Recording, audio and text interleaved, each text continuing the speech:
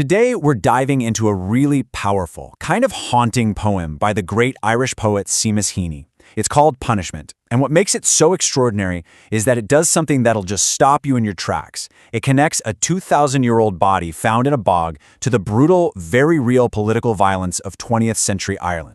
Right from the first lines, the poem grabs you.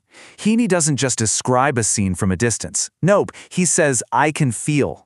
He pulls us right into that moment, making us imagine that awful tug of a rope, the cold wind on bare skin. It's so raw, so empathetic, and it immediately makes you ask a question. And that's the central mystery he sets up, right? He's looking at someone or something, and he's imagining this story of terrible suffering. So to really get the poem, we first have to solve the mystery of who this girl actually is. So the story here doesn't actually begin with the poem. It starts with an incredible archaeological discovery that absolutely captivated Heaney's imagination.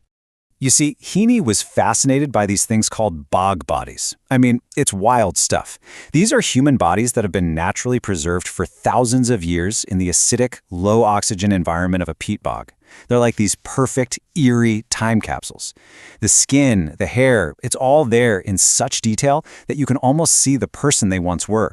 Now, the specific body that sparked this whole poem is really interesting. In 1952, this body was found in a German bog, and they called her the Windaby Girl. She was from the Iron Age, about 2,000 years old. And the details? Well, they were chilling. She was found with a blindfold on, a noose around her neck, and her head had been shaved. All signs point to some kind of ritual execution. The theory at the time? That she was a young girl who had been punished for adultery. And this just shows you the incredible leap through time Heaney is making. Think about it. He's looking at an image of a girl from the Roman era, found in the 1950s, and then he's writing about her in 1975.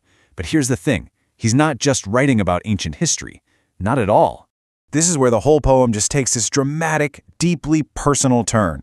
Because for Heaney, this ancient punishment wasn't some long-dead relic. No, it was an echo of the world he saw right outside his own window. So Heaney uses this Iron Age girl as a way to talk about something much, much closer to home, the conflict that was tearing his own country apart. You have to remember, Heaney was writing during the Troubles. This was a brutal, violent conflict in Northern Ireland, a time of bombings, riots, and just these deep tribal divisions. And during this conflict, punishments weren't just handed out by the government. They were carried out by paramilitary groups right inside the communities themselves. And here it is. This is the shocking parallel Heaney draws. During the Troubles, in some Catholic communities, there were women who dated British soldiers. They were accused of being traitors, and their punishment? They'd be dragged into the street, their heads shaved, and then they'd be covered in hot tar and feathers and tied to railings for public humiliation. So when Heaney saw that shaved head of the ancient bog body, it was like a lightning strike. He instantly connected her to these modern-day betraying sisters.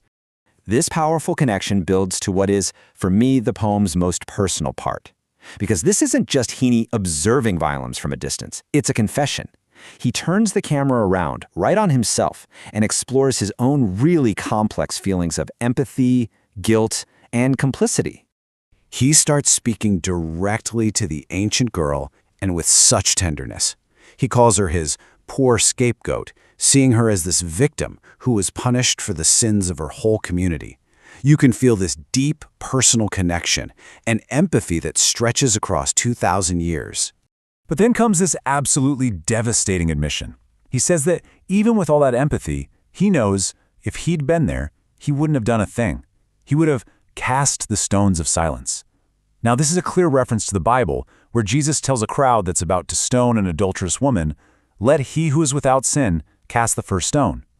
Heaney's saying, I wouldn't have thrown a real stone, but my silence would have been just as damning. He would have been part of that complicit crowd. He goes even further, calling himself an artful voyeur. Now, a voyeur is someone who gets pleasure from watching something they really shouldn't be. Heaney is being incredibly hard on himself here. He's admitting that as a poet, he's observing this horrible suffering and turning it into art. He's gaining something from her pain, and you can tell he feels deeply conflicted about it. And Denny makes the connection crystal clear.